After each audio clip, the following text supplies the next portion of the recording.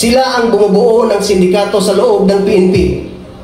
4 lang na halimbawa ko sa lahat na ang member ng PNP na magsasabi ako nandyan ang pinakamalaking organisasyon ng criminal groups. Number 1, 2013, sino ang involved na nangyari ang Ninja Cups? PNP. That si PNP itself is the one. Kung natandaan natin yan, ang Ninja Cups, saan yun galing? Pangalawa, yung Korean businessman na kinidnap, pinatay sa loob ng Campo Crame. Sino naman ang involved?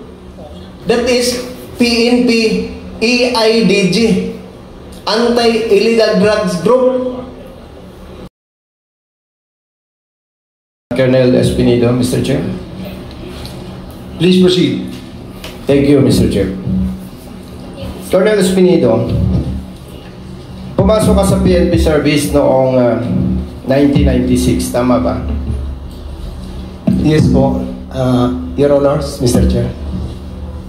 Kailan ka na-assign or nag-engage sa intelligence and operations?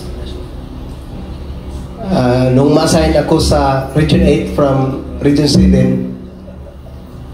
Marirecall mo ba kung anong year? 2000, Your Honors, Mr. Chair. 1999, 2000 sa PAUTER. So, yes, thank you, Mr. Chair. So, more than 20 years ka na sa intelligence and operations, right? Ganon, yes. Okay. Mr. Chair. Kailan ka na-engage sa anti-illegal drugs? Under ako ng Kano sa City Anti-Narcotics Unit, 2001, 2002. So, more than 20 years ka na rin sa anti-illegal drugs, tama? Hindi 20 years kasi sa Regional Intelligence Investigation ako Division, Your Honors. Specifically, pag sa Kano, 2-3 taon lang sa Kano. Yes, okay. During the previous hearing, tama ba yung nadinig ko, Mr. Chair, na nabanggit ni Colonel Espinido kung ayaw ng Chief PNP ang illegal drugs, walang illegal drugs. Tama ba? Yes. Big yes, Your Honors. Thank you, Mr. Chair. Ano ang nagtulak sa'yo para sabihin ito? That is my personal experience, Your Honors, Mr. Chair. Based naman sa area na assign ko sa bayan ng Gandara, San Miguel, Albuera, at saka sa Usamis. Okay. Mr. Chair,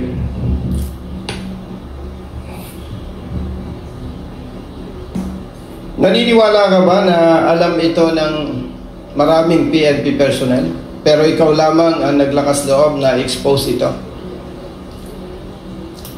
Mayroon nakaalam, mostly, Your Honors, mga classmate ko. At saka sa Region 8, alam nila na yun ng mga nangyari sa akin, Your Honors.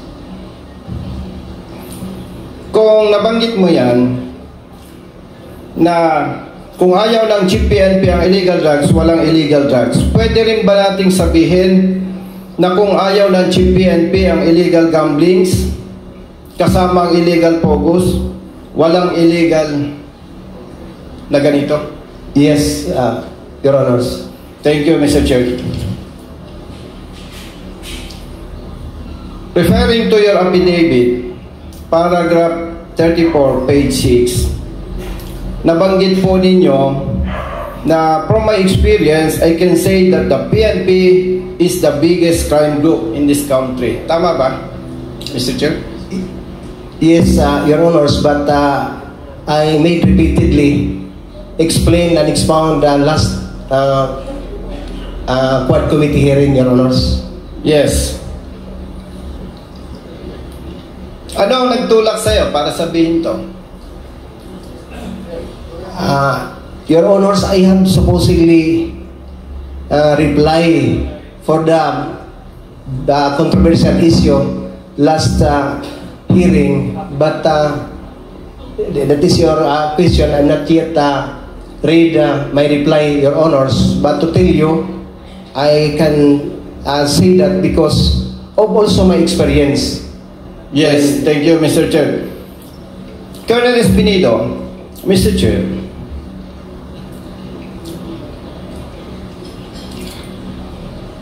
Sinabi mo ba ito na the biggest crime group sa ating bansa ay ang PNP dahil may mga personnel ng PNP na involved sa illegal drugs? Yes or no?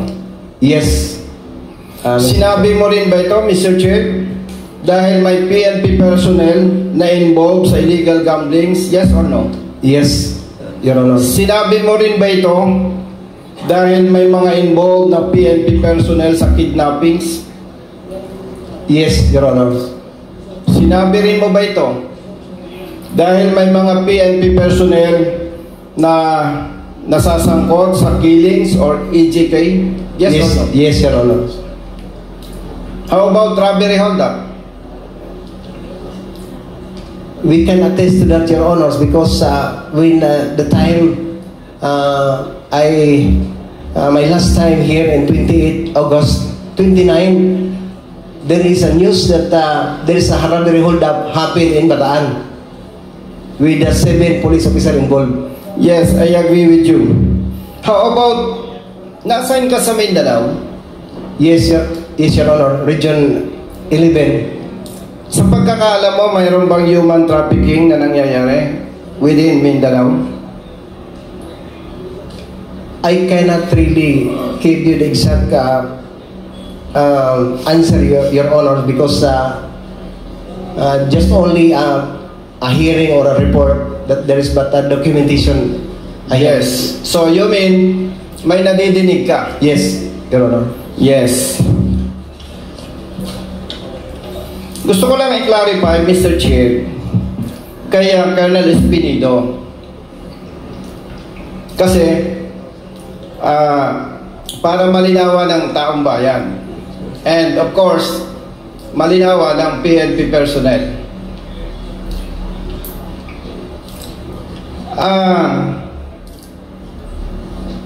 Kung pagbabasihan ko yung ating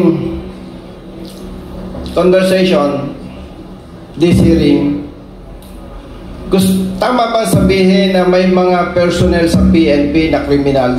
Yes. Yes, Your Honor. Okay. Pero, hindi lahat ng personnel sa PNP ay kriminal. Yes, Your Honor. In terms of percentage, malaking porsyento ng PNP personnel ang kriminal o hindi? 60-40, Your Honor. Ano ang 60%?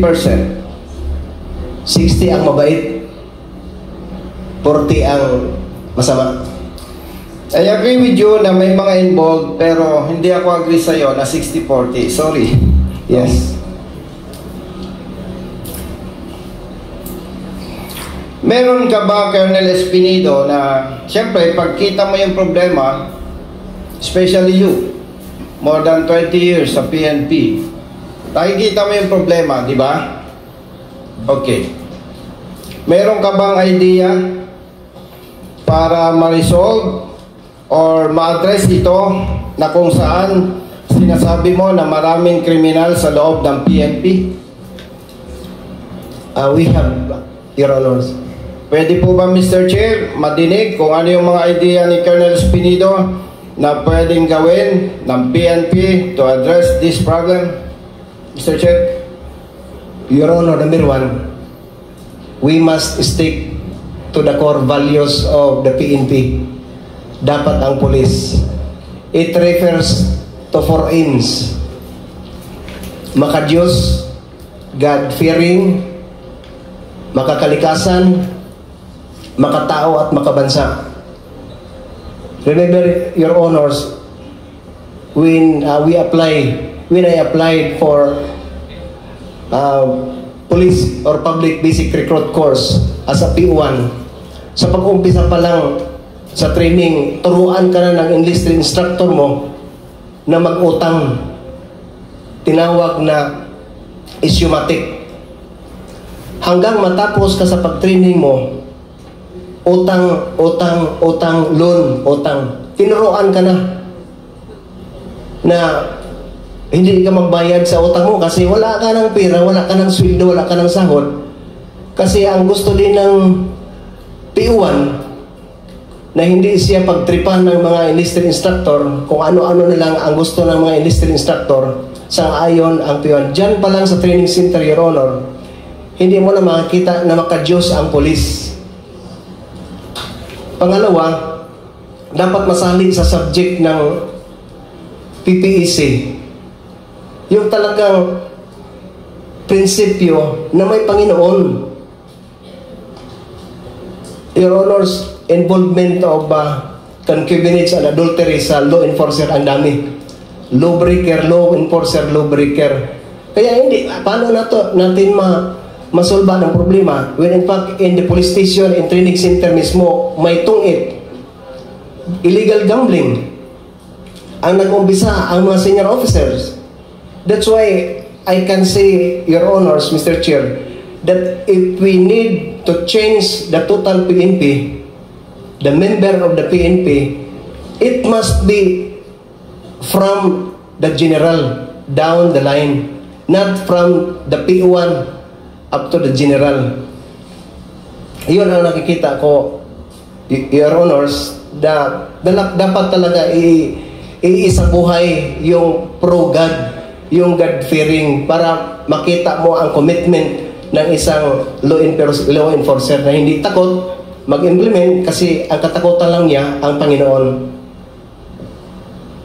Your Honors. Mr. Chair, yung nabanggit ni Colonel Espinido, the first two or core values ng PNP, which is makadiyos at makatao. Balikan ko lang yung nabanggit mo na kung ayaw ng Chief PNP ang illegal drugs, walang illegal drugs. Kung Yes. ayaw ng Chief PNP ang illegal gamblings, walang illegal gamblings. Yes, Your Honor. Tanong, may idea ka pa ba kung itong makadiyos at makatao ay sabi-sabi lamang? Is there any option para ma-address yung problema?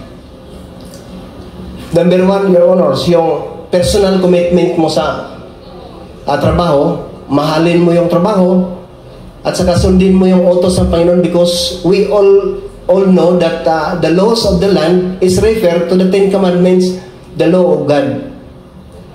So, kung isasabuhay mo yung batas na yon, magsasabi tayo na totoo kang nagtrabaho na may Panginoon kasi hindi ka takot at saka alam mo kung anong batas na ipapairal o i-implement mo, enforce mo kasi yun na sinasabuhay mo yung training mo, you love your training, you love your organization because you love first your God, Your Honor. Are you aware, Colonel Espinido, na mayroong chaplain service sa PNP? Yes, Your Honor.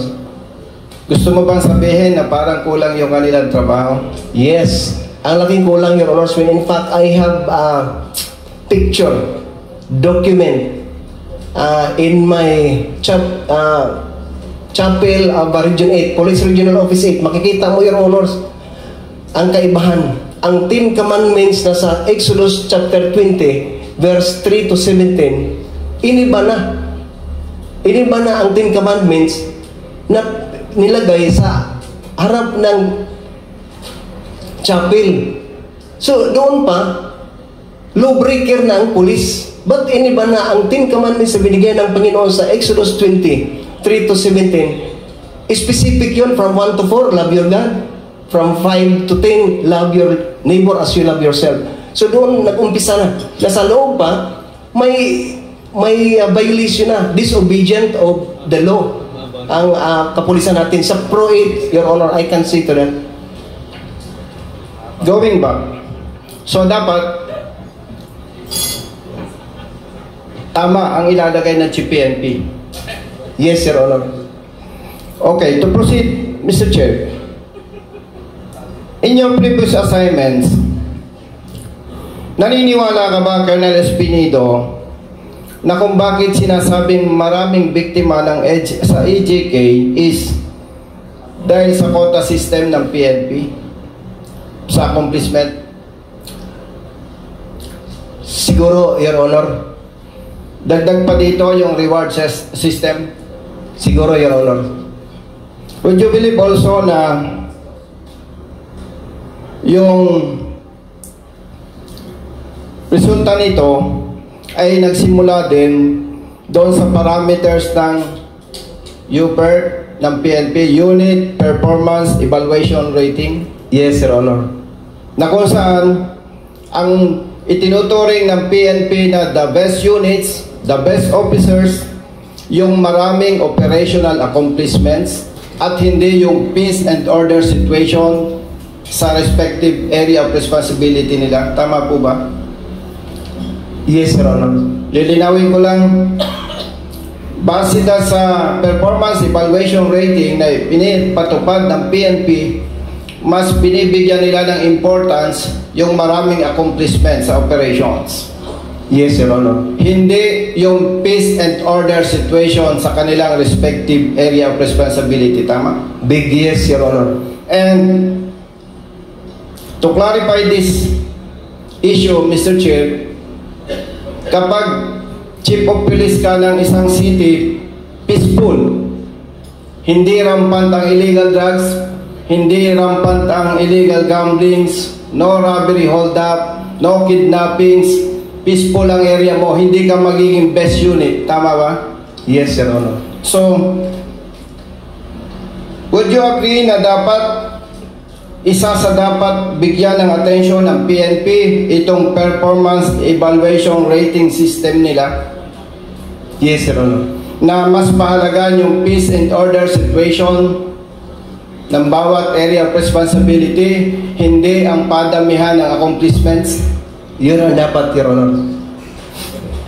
More than 20 years ka sa service, would you agree that there are officers na may tinatawag na players? Yes, Your Honor. Para gumawa ng accomplishment? Yes, Your Honor. Yes. Thank you, Mr. Chair. PNP Drug Enforcement Group. In your own opinion, nung ginawa ba ito, nakatulong sa anti-illegal drugs operation ng PNP o nagpalala? Palala, Your Honor, sa akin. Would you agree na kaya nagpalala mismong doon sa organization, sila na yung nakipaglaro sa illegal drugs? Yes or no? Yes, Your Honor. Dahil sila ay mayroong authority, tama? Yes, Your Honor. May personnel, Yes, Your Honor. may intelligence, Yes, Your Honor. may operational capability, Yes, Your Honor. may logistics, Yes, Your Honor. may community engagement. Yes, Your Honor. Tama ba? Yes, Your Honor. Sumasangayon ka ba na dapat walang PDEC sa PNP Yes, Your Honor. para huwag lumakas yung illegal drugs in our country? Yes, Your Honor. Sumasangayon ka ba, Colonel Espinido, na mas magiging maganda ang kampanya against illegal drugs kung merong composite group, personnel from AFP, NBI, BID, and PNP to support the PDEA? Yes or no? Yes, Your Honor.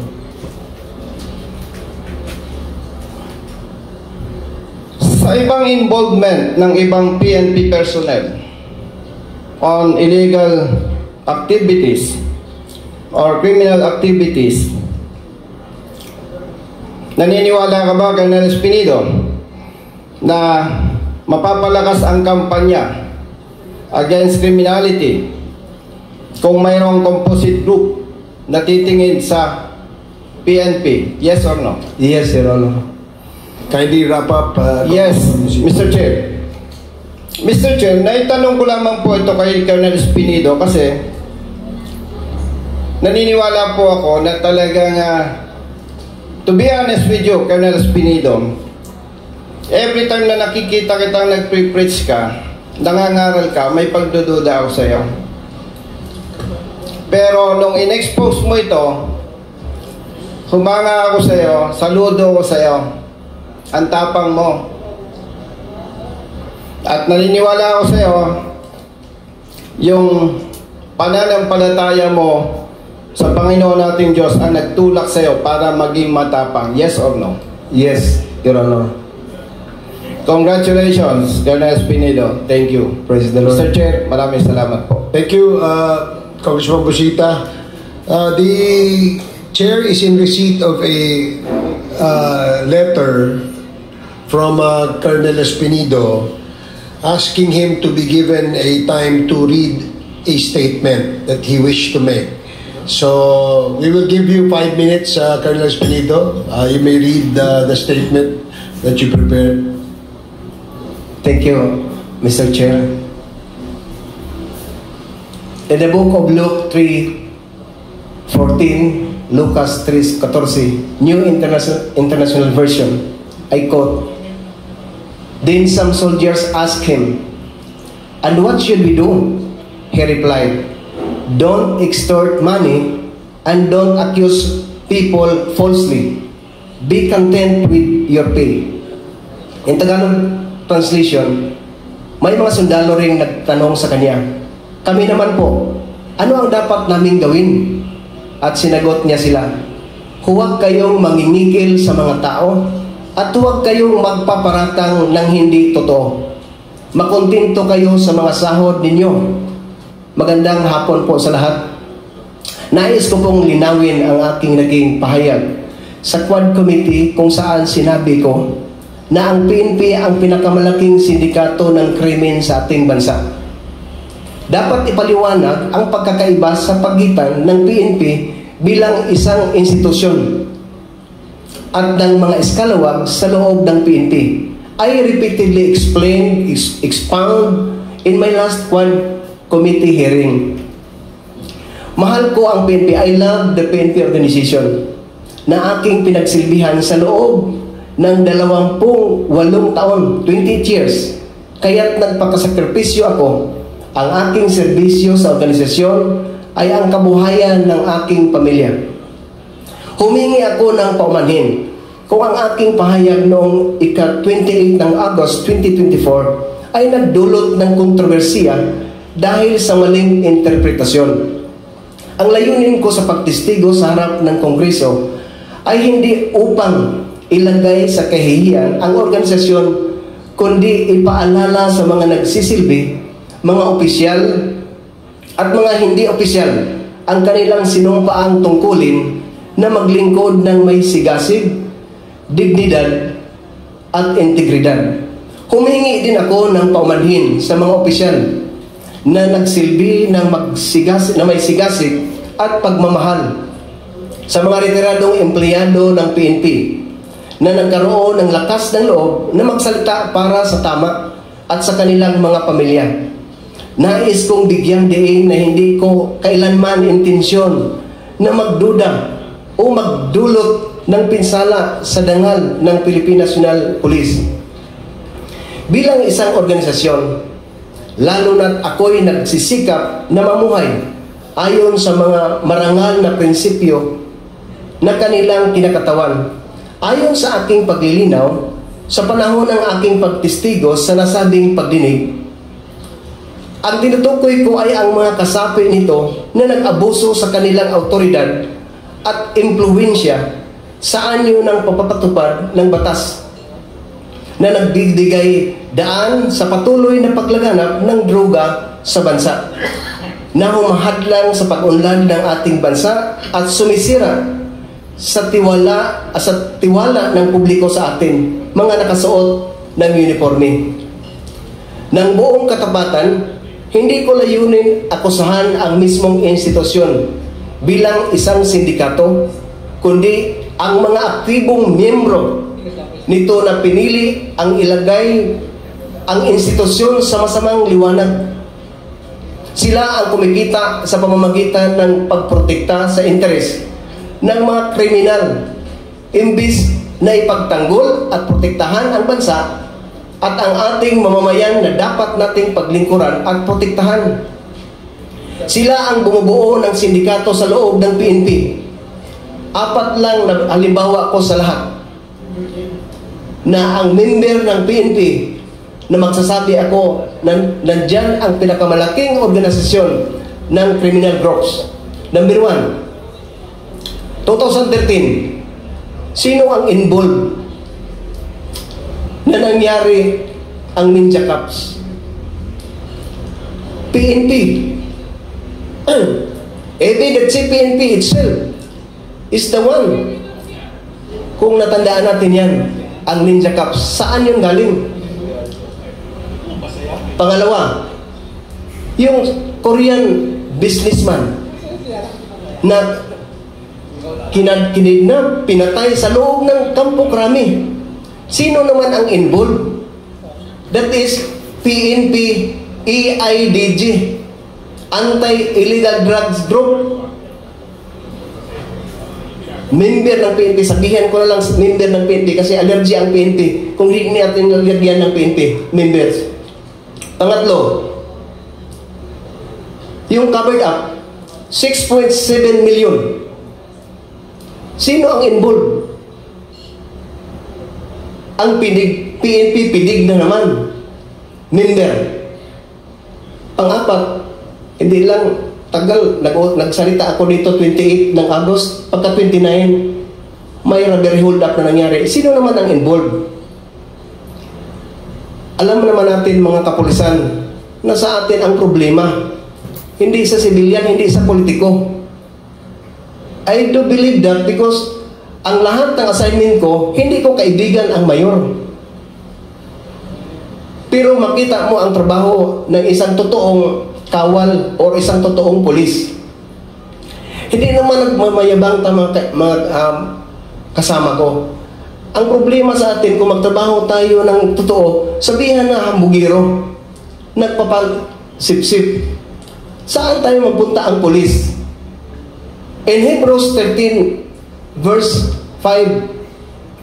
5 to 6, nagsasabi dito, iwasan niyo ang pagiging sakim sa salapi.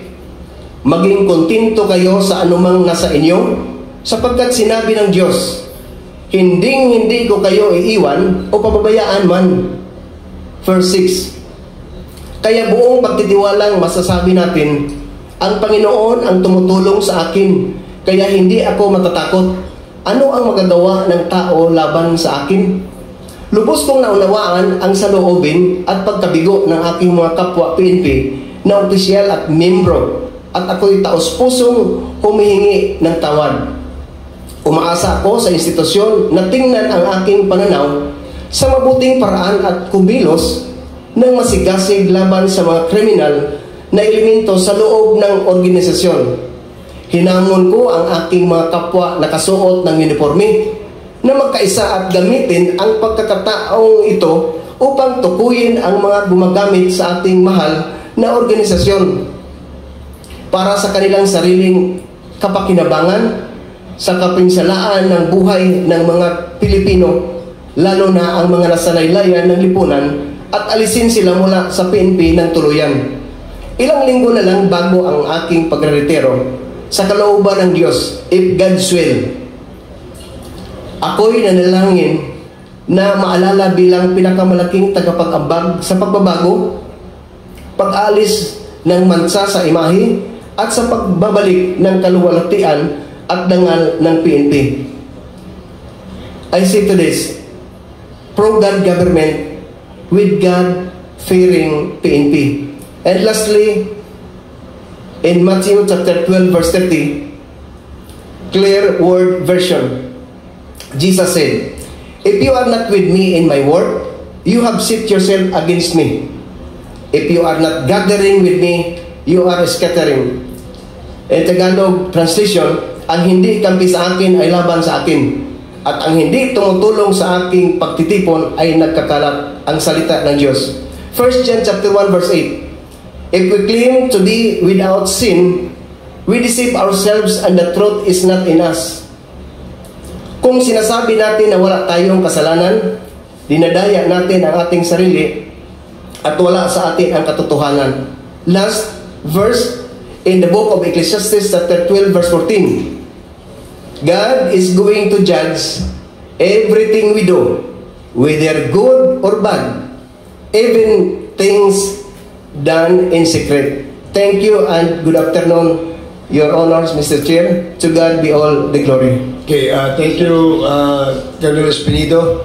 Mr. Chair, The next to interpret is Congressman Dago. But I just would like please to- indulgence, Congressman Abante, you may proceed. Mr. Chair, I'd just like to ask Colonel Espinido, kayo po ang naging station commander sa Calbiga, Samar, am I right?